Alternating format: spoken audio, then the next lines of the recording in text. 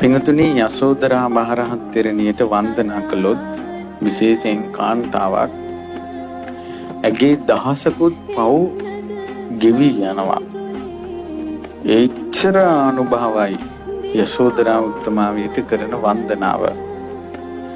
සාමාන්‍යයෙන් මේ යසෝදරා රහත් තෙරණියට වන්දනා කරන්න හැමෝටම අවස්ථාව දෙන්නේ නැහැ. ගොඩාක් අයට මේ අවස්ථාව මග හැරෙනවා. ඒ හේතුව තමයි ස්ත්‍රීන්ට ස්ත්‍රී භව නිසා වෙන දෝෂත් එක්ක කර්ම රැස් වෙනවා. ඒ ස්ත්‍රීන්ට ස්ත්‍රී භව නිසා වෙන දෝෂත් එක්ක රැස් වෙන කර්ම විඳව තමයි ගොඩාක් කාන්තාවෝ සිටින්නේ.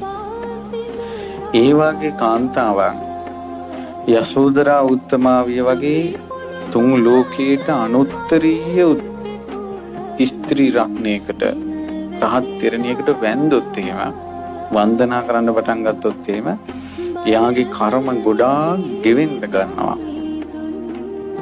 ඒ නිසා සාමාන්‍යයෙන් යසෝදරා රහත් තෙරණියට වන්දනා කරන්න